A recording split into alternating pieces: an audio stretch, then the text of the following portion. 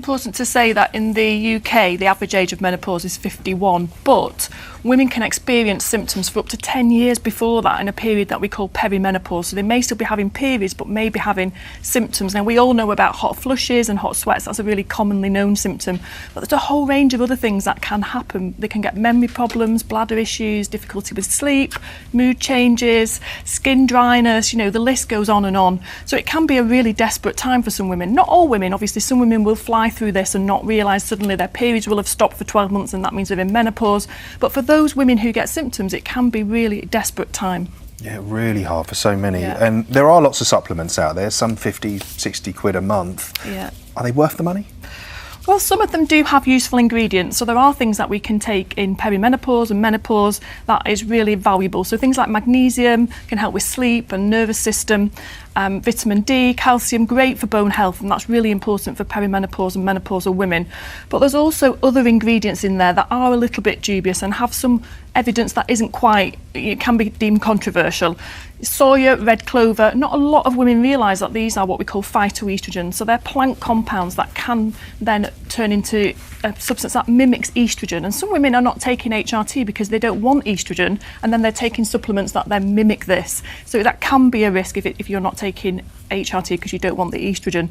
And then we get into all this thing about brands labelling everything with menopause in the hope of drawing in women because they are feeling so desperate with those symptoms, and that that can get really tricky for women.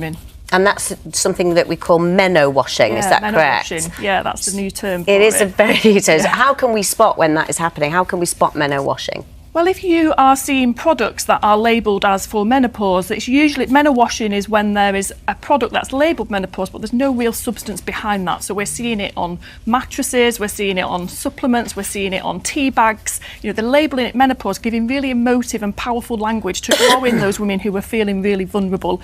I've got a really good example of this that my daughter sent me when she was out shopping. There was a picture here where you can see of menopause knickers from a big retailer.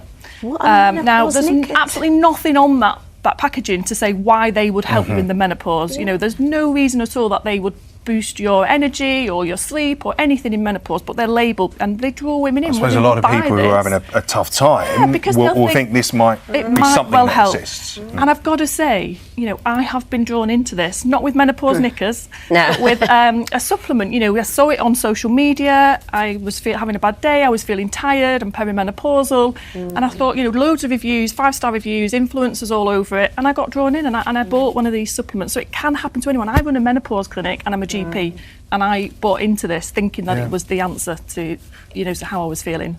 I think there are some supplements though that make some pretty big and bold claims, like about weight loss or mood management. And in that part, is there any truth behind it?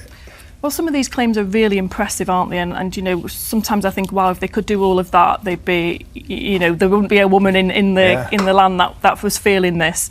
There are some bits of evidence for some of the ingredients of things like ashwagandha. You can buy that separately, and in some of these products, and that has a little bit of evidence for things like fatigue, energy level, stress. Other things like maca, sage, kelp. There's little bits of evidence, but it's very limited, and often in studies that aren't robust. They're animal studies, they're not representable of perimenopausal and menopausal women. So I think you have to have caution. And also, the problem with these supplements is they're not regulated. They're what we call food supplement. They're part of the food supplement industry or food industry.